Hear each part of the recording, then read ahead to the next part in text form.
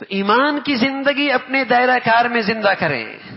اس وقت کی سب سے بڑی ضرورت ہے اس دل میں ایمان کا چراغ روشن ہو. وقت کی سب سے بڑی ضرورت ہے دلوں میں ایمان کا چراغ روشن ہو، تاکہ ان آنکھوں سے بھی فتنے نظر آئیں، پھر اچھی بری کی پہچان آئے، صحیح غلط کی پہچان ہو جائے، حق نہ حق کا پتہ لگے. یہاں ایمان کا چراغ روشن ہو تاکہ اللہ نظر بصیرت نصیب فرمائے، فتنوں سے بچ سکے. ورنہ نمازی ہے، حاجی ہے، روزے دار ہے، پگڑی ٹوپی ہے، لیکن سوچ اور فکر کے لحاظ سے بیمار ہے، بے دین کے ساتھ کھڑا ہے، لادین کے ساتھ کھڑا ہے، گمراہوں کی حمایت میں ہے، بے دین کے گنگا رہا ہے، لادین کے ساتھ کھڑا ہے.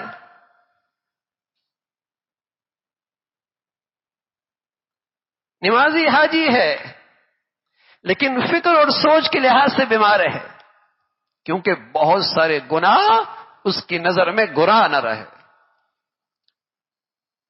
نمازی بھی ہے، حاجی بھی ہے، روزے دار بھی ہے، لیکن معاش کے سلسلے میں،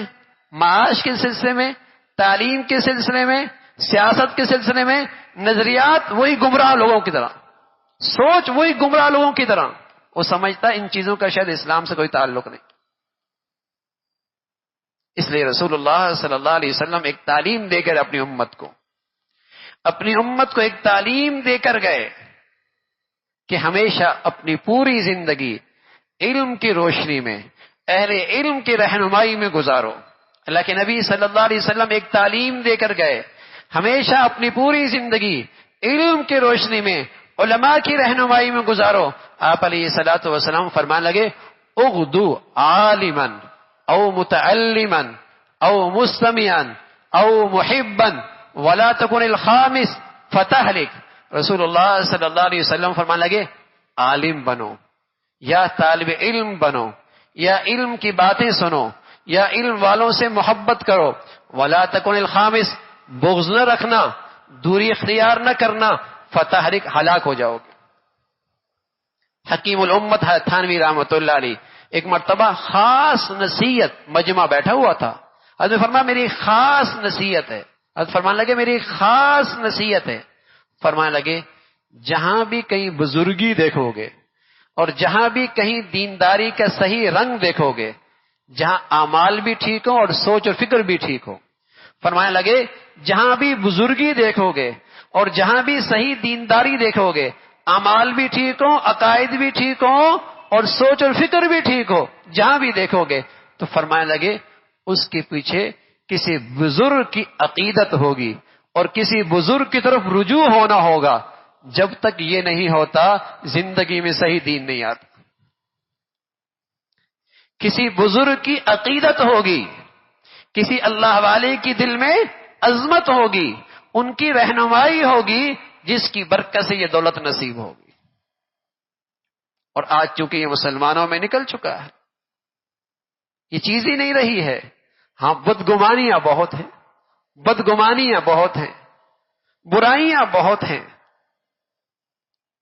تو رسول اللہ صلی اللہ علیہ وسلم فرمان لگے مسلمان کی زندگی تو ایسی تھی، یا عالم ہوتا یا طالب علم ہوتا یا ان کی باتیں سنتا یا ان سے محبت کرتا، پانچواں درجہ مسلمان معاشرے میں کوئی نہیں تھا.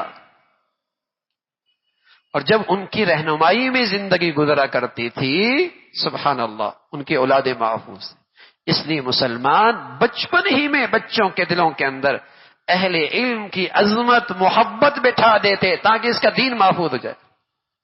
اس لیے کہ جب معاشرے سے اہل علم کی وقت ختم ہو جاتی ہے، جب معاشرے سے اہل علم کی وقت ختم ہو جاتی ہے تو معاشرہ بکریوں کے اس ریوڑ کی طرح ہو جاتا ہے جسے کوئی بھی بھیڑیا اچک کے لے جائے. جب معاشرے سے علماء کی اہل علم کی وقت ختم ہو جاتی ہے، ان کی رہنمائی ختم ہو جاتی ہے، تو معاشرہ ان بکریوں کی ریوڑ کی طرح ہے جسے کوئی بھی بھیڑیا آ کے اچک کے لے جائے. نگہبان ہی کوئی نہیں ہے، محافظ ہی کوئی نہیں ہے، بچانے والا ہی کوئی نہیں ہے، بتانے والا ہی کوئی نہیں ہے. اور اس وقت یہی ہر فتنہ مسلمان معاشرے میں پھلتا پھولتا نظر آتا ہے، ہر بے دین مسلمان معاشرے میں پھلتا پھولتا نظر آتا ہے، ہر بے دین معاشرے میں پھلتا پھولتا نظر آتا ہے۔ وقت ختم ہو گئی، عظمت ختم ہو گئی۔ پھر خیال آتا ہے اب اعتماد کرنے والے رہے بھی تو نہیں، تو بھائی اگر نہیں رہی تو سارا معاشرہ گناہگار ہے، اس لیے کہ اہل علم کا وجود فرض کفایہ ہے۔ اگر مسلمانوں میں ایسا نہیں تو سارا معاشرہ گناہگار ہے، اور جو اس فرض کفایہ ادا کر رہے ان کا تو مجھے احسان مند ہونا چاہیے کہ وہ فریضہ ہمارا بھی ادا کر رہے،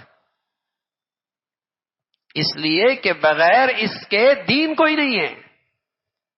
جب معاشرے سے اہل علم کی وقت ختم ہو جاتی ہے، معاشرے سے دین ختم ہو جاتا ہے، تو کس سے دین سیکھیں گے؟ براہ راست سیکھنے سے تو گئے، براہ راست سیکھنے سے گئے، مسائل کس سے پوچھیں گے؟ عقیدہ کہاں صحیح ہوگا؟ رہنمائی کیسے ہوگی؟ حلال حرام کی تمیز کیسے ہوگی؟ جائز ناجائز کا پتہ کیسے ہوگا؟ کس سے سیکھیں گے؟ جب وقت ہی نہ رہی تو زندگیاں آزاد ہو جائیں گی آسمانی علم سے، زندگیاں آسمان ہو جائیں آزاد ہو جائیں گی وحی کے علم سے۔